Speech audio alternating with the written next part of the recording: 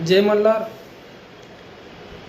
गेली 10-11 दिवस झाली लातूर या ठिकाणी आपले दोन समाज बांधव, आमचे मित्र अनिलजी गोयकर आणि चंद्रकांतजी हजारे साहेब हे धनगर समाजाला एसटी आरक्षण भेटावं आणि खिलारे कुटुंबियाचं जात प्रमाणपत्र रद्द करण्यात यावं या दोन प्रमुख मागण्यासाठी लातूर या ठिकाणी उपोषणाला बसलेत.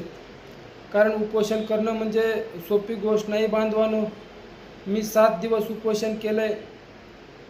एक जरी दिवस आपण उपाशी राहिलो तरी आपल्याला माहिती आहे काय त्रास होतो. परंतु हे समाज बांधव आपल्या मुलांबाळांच्या कल्याणासाठी, आपल्या मुलाबाळांच्या भविष्यासाठी स्वतःच्या जीवाची पर्वा न करता गेली 10-11 दिवस उपोषण करत आहेत. आणि या सरकारला आपल्या बांधवाला भेटण्यासाठी वेळ नाही. मी प्रथम त्या लातूर जिल्ह्याच्या पालकमंत्र्याचा जाहीर निषेध करतो. अशा हरामखोर पालकमंत्र्याला लातूर जिल्ह्यामध्येच नाही तर संबंध महाराष्ट्रामध्ये फिरू द्यायचं नाही. हे सर्व समाज बांधवांनी लक्षात घ्यावं. कारण ज्या ज्या वेळेस धनगर समाज रस्त्यावर उतरतो त्यावेळेस इतिहास घडतो हे लक्षात ठेवावं. परंतु गेली 11 दिवस उपोषण करत चालू असताना सुद्धा या प्रशासनाला, या हरामखोर सरकारला आमच्या बांधवांना भेटायला वेळ नाही.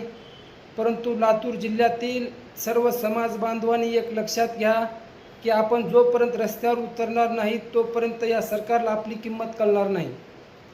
तर आपल्या मुलांबाळासाठी आपण या समाज बांधवाच्या पाठीशी खंबीरपणे उभं राहावं, त्यांना पाठबळ द्यावं.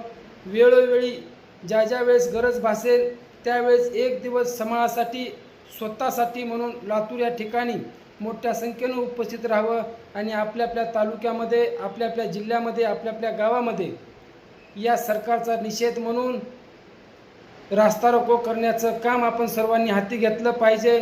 कारण या सरकारला त्याच्याशिवाय जाग येणार नाही, प्रशासनाला वेठीस धरल्याशिवाय पर्याय नाही.